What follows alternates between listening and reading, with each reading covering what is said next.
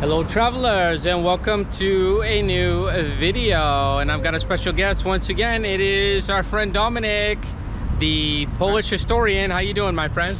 I'm fine, thank you. Just got back from my vacation, so I have a lot of energy to show you around. Very cool. How was your vacation, man? Yeah, it was great. I did a trip of England. I visited all of the museums that I wanted for a very long time to see, mostly related to World War I, World War II history and all of the great fighting machines of this era. So I saw Portsmouth Historic Harbour, I went to Bovington to the Tank Museum, I saw HMS Belfast in London, I went to the Imperial War Museum and many other places. So I was awesome, man. that was Sounds pretty like nice you had a time. great, interesting trip. So tell us where we're at today. So today we are going to take a walk through an area of town that's called Dzielnica Czterech Świątyń, and this translates to the district of the four temples. Okay. And this area of town is quite unique because it is the only place in Poland like this where there are, in one district, in a very small area, there are four temples of four different denominations. They live together in harmony and peace, and it's quite unique. That's not even unique in Poland, but in general, for four different religions to coexist in such a small area. Okay. And at this moment we are standing in front of first of those temples. Okay. So this church, that's a Protestant church. Protestant Church, okay. Protestant church, yes. There it is. It's an evangelical church, and that's an offshoot of the Lutheran church. So they are Lutherans. Okay. I was raised Lutheran, actually. Really? That's interesting to know. Interesting tidbit. Yeah. Yeah, and that's the largest. And this church, that's the largest Protestant church in Poland, in the number of the size of the congregation, not the size of the building, but the size of the congregation. So okay. How many people belong to it? Well, let's take a look at it. Here it is. So it's a nice church. Is there anything interesting here? Yeah, actually, all we want to know is here. So the church was constructed in 1746. Okay, perfect. By the Calvinist community. Uh-huh. It was damaged in a gunpowder tower explosion. So there was so not far from here there was an arsenal. So where the city guard and the city armies kept its gunpowder that exploded and damaged the church during construction. They finished the building in 1750. So it's 270 years old now, and it became a Lutheran church after the Second World War. Oh, so it's Lutheran church now? Yes, so it's a Lutheran church. It started as a Calvinist church, but now it's Lutheran. Okay, nice. Okay, so that is church number 1 behind me. You see it? And we're gonna head over to church number 2, I assume. And what is across the street here? So across the street we have two interesting buildings. On the left, it's a very beautiful building built in the Gothic style. It's actually, most people when they see it think it's a very old building, but that's actually not the case. The building is relatively modern. It's from the 20th century. Okay. It was built as a summer home, as a townhouse basically, by a very wealthy German nobleman. The building on the left, it's a library now. Okay. So, yes, so it was a townhouse of a very wealthy nobleman who was enamored with Gothic, and that's why it looks like it looks. After the war, it became it was given to the university, and its function was it was a university library. So when I was studying here, I was still getting my books from that building. Oh. And now the university library has moved out to a bigger building. It's not the library anymore. I thought it was still the library. No, okay. It's not a library. There are, I think, it still has some functions inside university. I think it's an archive maybe or something like that. I'm not sure.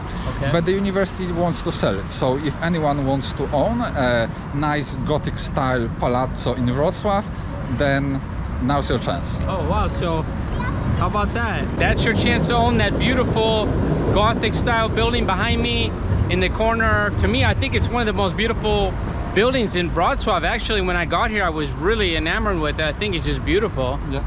And next to it is another palace. Okay. So the one just in front of us. It's also it also belongs to the university. It's also for sale. Actually, as far as last time I heard about it, the university tried to do a twofer, so sell both at the same time. So 2 for 1. 2 for 1, yeah. And I never been inside, but supposedly it's very interesting. So in the basement there are beautifully preserved stables. So where the owner of this palazzo kept his horses. Okay. So if you guys need a place to keep your pony, then this one is for grabs. Awesome. Actually, I don't know if you know, but I had a horse in Chile. When I lived in Chile, I had a horse. It was a racehorse. I don't know if I told you that story. No, you didn't.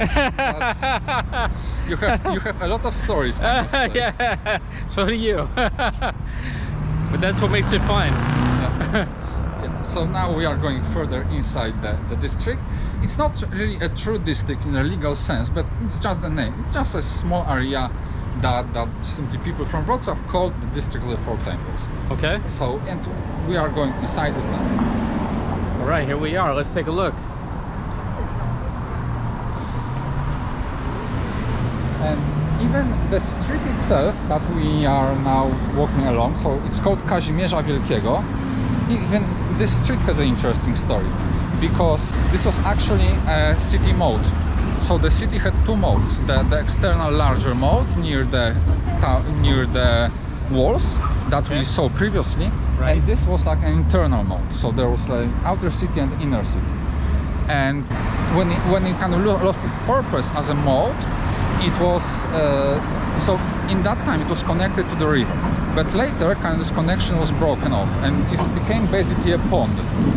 And in the 19th century, because that was just standing water and there were more and more people in Wrocław, it became unfortunately a place where diseases were very common, and because people were taking this as a drinking water. So it was very similar to the cholera outbreaks in London. So London had a few giant cholera epidemics that were caused by dirty water, and it was the same here.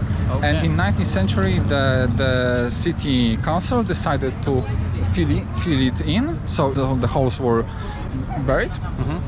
And a nice kind of promenade was created here, very similar to Planty in Krakow, if you've been there. No, I haven't been there yet, but this looks quite nice here. And it was after the Second World War, the communist authorities decided that having a nice place to work and for children to play is not modern enough. So they decided to create this 4-lane street right in the city center, cutting through the historic city center, and they destroyed quite a bit of that historic city center, old townhouses to do it. And for me personally, if there's one thing in Wrocław I truly hate, it is that street. For me it's like a cancer in the middle of the old historic city center. You don't like this street? Yeah, no, I would love them to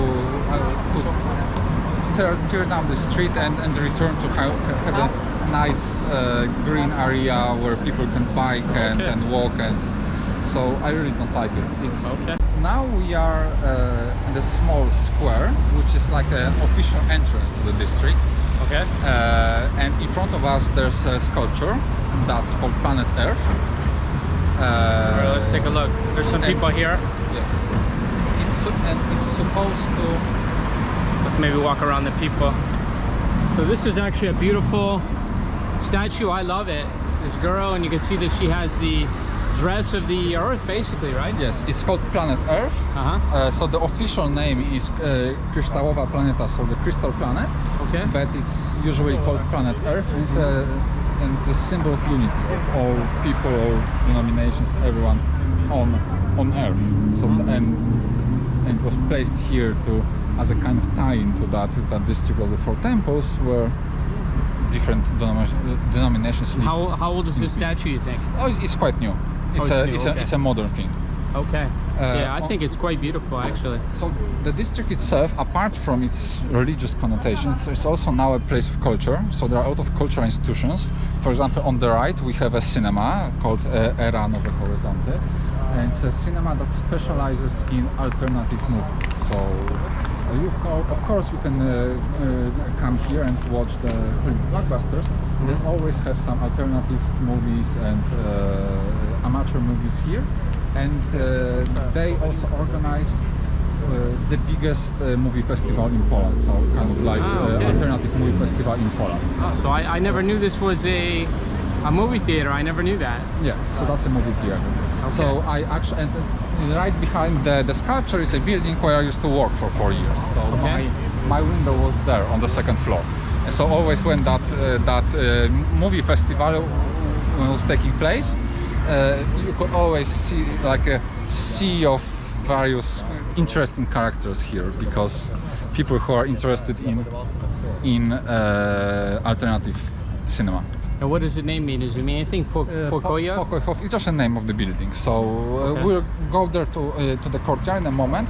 Okay. So this whole building takes the space of the whole breadth of the district.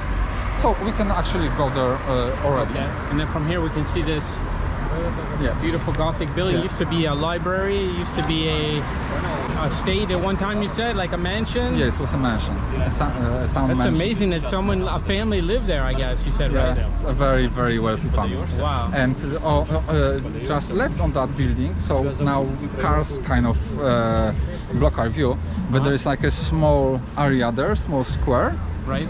That is dedicated to the memory of the victims of the Warsaw Ghetto uprising. So in Warsaw, the Nazis put all the Jews in a very small area called the ghetto, and when they tried to liquidate it by sending all those people to various concentration camps, aided by sympathetic Poles, the Jews actually rose up against the Nazis, and there was an uprising, and there was very fierce fighting, and despite lacking resources, the Jewish community put up one hell of a fight. Ultimately they lost because they just had no resources to continue the fight. And this area there's a small monument between those trees that's dedicated to their memory, to the memory of this. So this building was a brewery. Okay. So this was a brewery, and now recently it was it was in a kind of derelict state for a long time, and recently it was bought by... So this was a brewery in here? Yes, that was a brewery. Okay. So this was the brewery courtyard. So it was recently bought by an investor, and now it's like an office building. So above us, all of it are various offices, and inside on this... So do you know what the brand of the beer was that it used to be? No. Okay. And inside here on the courtyard, there are very nice restaurants and pubs. Here. And look at this. Yeah, This is beautiful. it's very nice, and there are very nice restaurants and pubs here. Particularly Room Bar is very popular, and Charlotte is one of the most best places to grab a breakfast in Wrocław. There's always an almighty queue here in the mornings. Yeah, and let's just take a look around here then. So this is a beautiful little plaza in here. So you have a lot of places like this here in Wrocław. This is the restaurant he was talking about. It's called Charlotte. Just beautiful place. it was very nice. I really enjoyed working here. So And it's a bit cooler in here too. yes, it is. It's a hot day today. It's like yes, it's very hot. I don't know if you guys can tell, I'm sweating a little bit. It's a hot day, and we've had a lot of hot weather recently while Dominik was away. Lucky him, and it was up into the high 30s even for almost a week. Mid 30s, so that was pretty high Celsius. So it's 90 to over 90 Fahrenheit, up to 100 Fahrenheit. Okay, so now we're walking down the other side of the building. Yeah, so we have the Pokoj of where we've been before is on the left side of us, and we turned into a small alleyway. Okay. And we are going to see the second temple now. All right. So we are at the back at the moment. We'll go to the front shortly, and that is the synagogue. Oh, so okay, so this is a synagogue here. Yes, this is the back of the synagogue, and we're going to the front now. So you may recall that during our first meeting I told you about the synagogue that was destroyed. Yeah, I remember by the Nazis. I remember that. You said one was rebuilt, I think. So this is the one they rebuilt? So this one, this was the smaller synagogue, so the older synagogue. And it became too small and they built the new, larger one. And that was destroyed, burned down during the night, the Kristallnacht, so the Crystal Night. But they couldn't, and they also broke into this synagogue. It was desecrated. They took out the Torah and burned it. Okay. And it became, but they didn't burn it, because if you look around, it's in the middle of a very dense cluster of buildings, and they were afraid that if they put fire to it, all of the district will go up in flames. I think I remember you mentioning that. Yeah. You did mention that. Here it is. So this is the synagogue here, right? No, on the right. Oh, it's on the right, okay. So this is the synagogue here.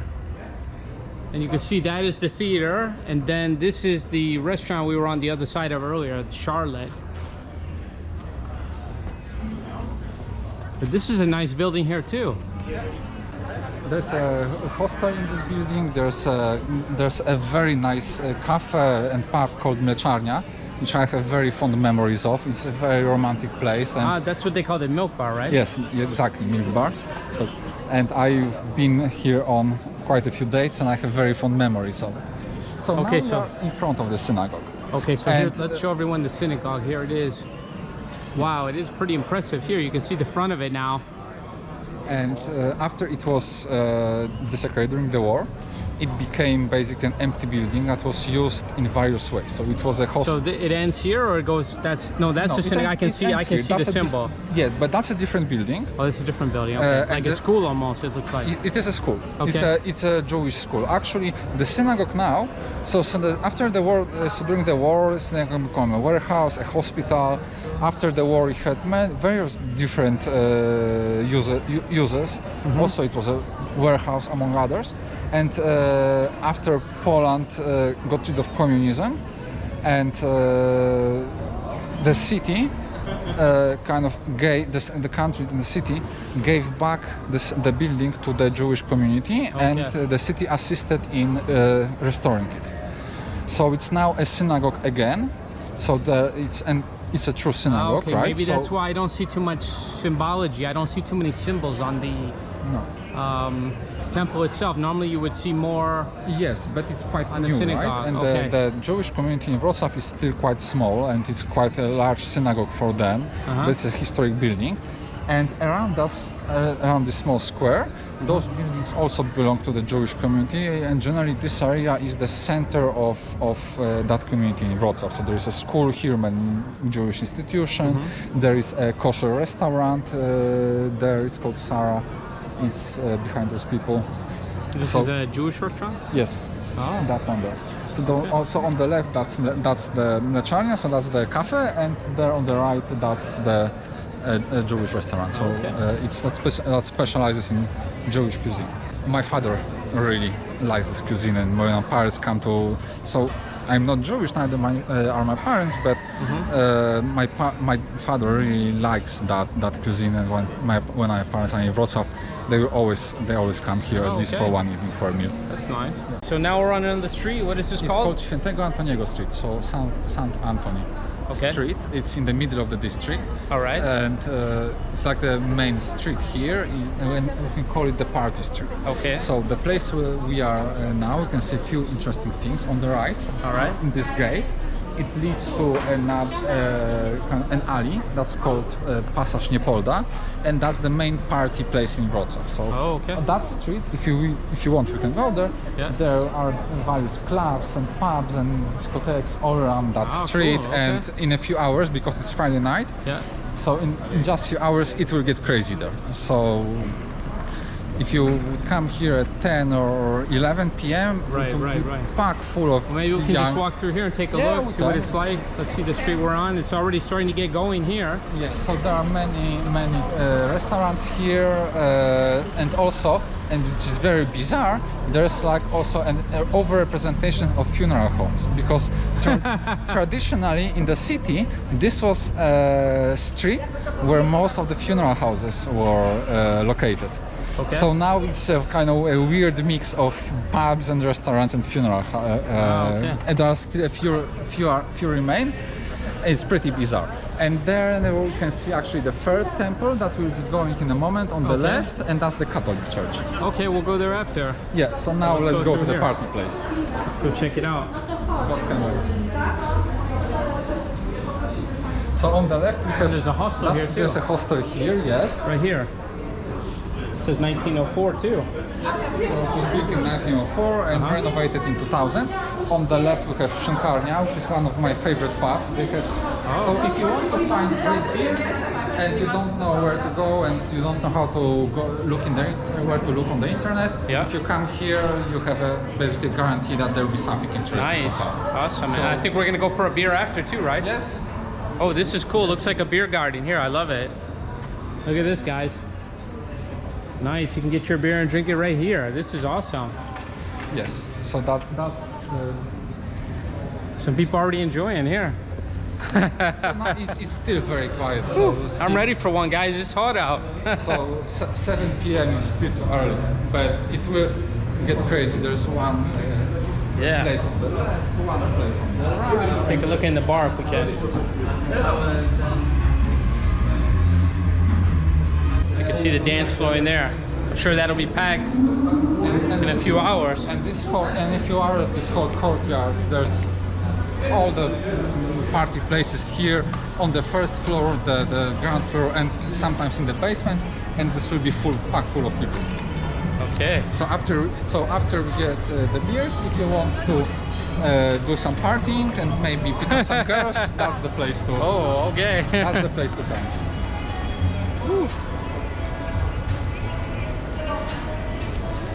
Yeah, Polish girls are beautiful.